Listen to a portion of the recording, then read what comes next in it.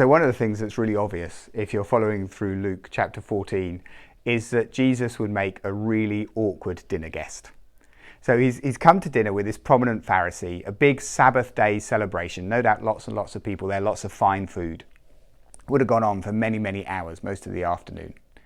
And the first thing he does is, in front of everyone, take a man who's ill with something, it says an abnormal swelling on his body, and heals him in a provocative gesture to say, actually, I don't really care about your human rules. I care about God's mercy.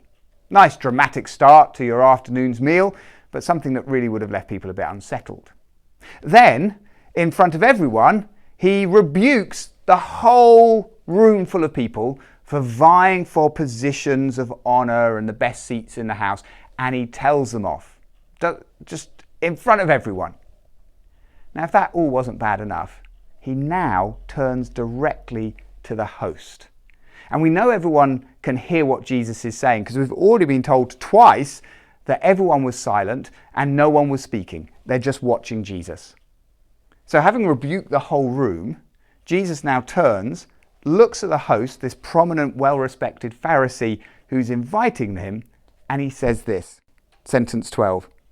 Jesus said to his host, "When you give a luncheon or a dinner, do not invite your friends, your brothers or your sisters, your relatives or your rich neighbours. If you do, they may invite you back, so you'll be repaid.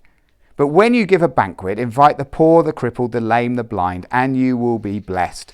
Although they cannot repay you, you will be repaid at the resurrection of the righteous."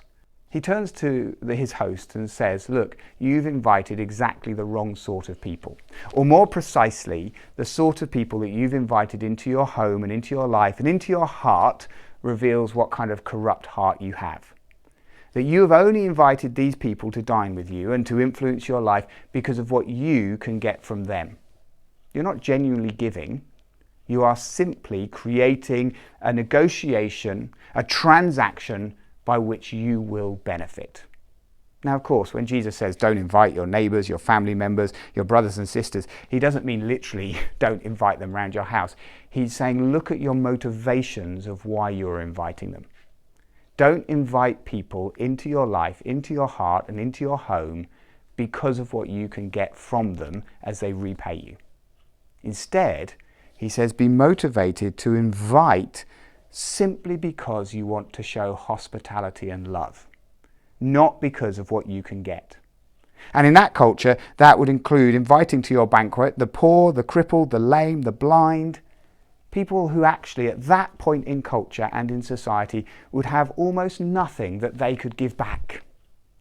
Because you're not inviting them to eat your food and share your life and know your love because of what you can get.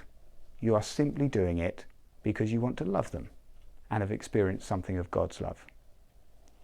So I wonder if you'd be brave enough just to assess perhaps your last year or your last 6 months of why you have helped others, of why you've invited others into your life, of why you've tried to care for people. Is it simply because you want to love? Or is it to create something of a transaction by which you will benefit in some way? That's what Jesus is saying to the host as he speaks to him.